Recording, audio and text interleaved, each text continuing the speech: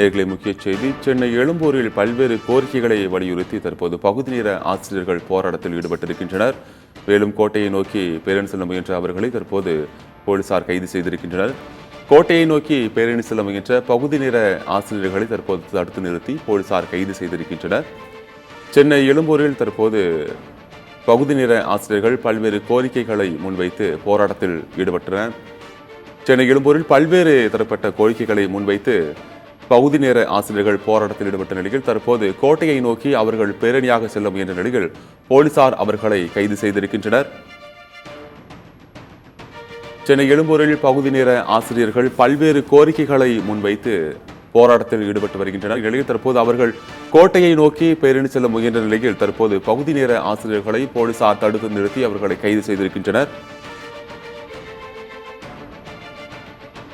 தற்போது அந்த கைது செய்திருக்கக்கூடிய காட்சிகளை பார்க்கலாம்.